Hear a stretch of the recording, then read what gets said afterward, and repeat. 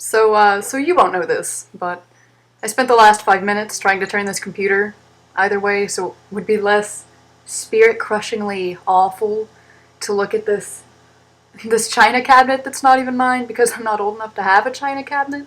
Everybody wants a china cabinet. That's like, you pee off your porch, you walk around naked, so that if your house burns down, they'll find your naked body. No, that's probably not why, but I imagine that's what would happen if I were to sleep naked. And you get a china cabinet. You get kids, and you get dogs, and you get straddled down into this awful rut where everything is awful, and you make videos with a china cabinet behind you. But that's not even what this is about. So there's this guy that I like, and isn't that just a great way to start a story? Because if someone started a story that way to me, I'd say, bitch, get the fuck over yourself. We all have a guy, we all have a girl. We don't want to hear about, I have this guy and he's so handsome and I love him and he's French and he's just this sexy thing. Okay, sorry, that's... nobody wants to hear a story like that. I don't even want to hear myself talk about this, which is why I'm going to just skim over this as quickly as possible. It's this guy that I've liked for some time now, and what he doesn't understand is we would be fucking peas and carrots together. We would be Forrest Gump fucking adorable. And everyone at school knows it. They call me Miss his last name. Apparently I can't say it. That's a thing. I listen to these other people talking and they never say names. So I don't say names. And maybe we could say names. Maybe we could have some kind of name revolution where we all just say everyone's names and we throw out their dirty laundry onto the internet and hang it up to dry and everyone kind of pulls at it and says, oh, Billy's underwear there. You know what he did with that underwear? He shoved it.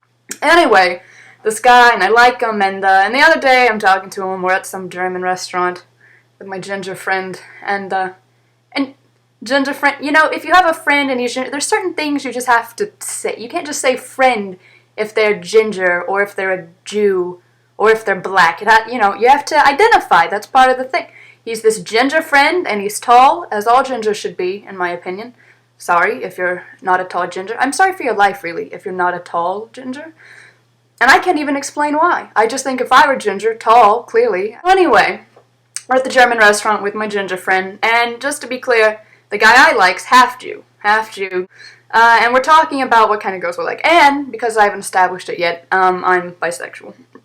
I'll just be right out about it. There's no closet, but if there were, I'd jump in it and I'd jump right back out. And it would be this great moment that we would share where you saw me coming out of the closet and I'd maybe cry a little and I'd say, oh, thank God. And my parents, thank you. My producer, my director. Unfortunately, here we are. No closet, no producer. There never was a producer. Which, if you're a producer in the LA area, kidding. I don't even know what I'm talking about. Apparently, this is what girls do. They find these storylines and they get off on them, and it's just this. My grandma does it. They get off on these stories, and it's like this, and then this, and then this, and you can't follow it. It's not a cohesive path. It's more of a. If someone with Parkinsons made a map, it would look kind of like what I'm doing right now. And I'm sorry, that was so offensive, but I'm not going to take it back. So we're talking about what kind of girls we like at this German restaurant. And I ask him, because clearly I want to know if I'm that kind. And he starts listing off things, and he says, well, my kind of girl, she likes to wear boots. And I'm like, me? Yeah, you're talking about me here. That's all in my head, of course. And he says, and she needs to be kind of into bikes. And then I'm like, yeah, that's me. You're talking about me. You're describing me, and you're not getting it, but you're describing me. And he's going down this list, and he's talking about it, and outwardly, I'm like, yeah, that's how I love it. Just this fucking masculine pussy. That's hairy as shit. That's how I like it. Like a fucking Sasquatch. I don't want a landing strip per se. I want to be able to park my fucking battle cruiser on that shit. I want to be able to ride an elephant up it. Because that's what you do with an elephant. You ride it up some woman's vagina. And he's listing off the stuff, and that's outwardly I'm like, pussy, and then inwardly I'm like, you're talking about me, I fucking love you, why don't you But outwardly, I'm like, lesbian, yeah.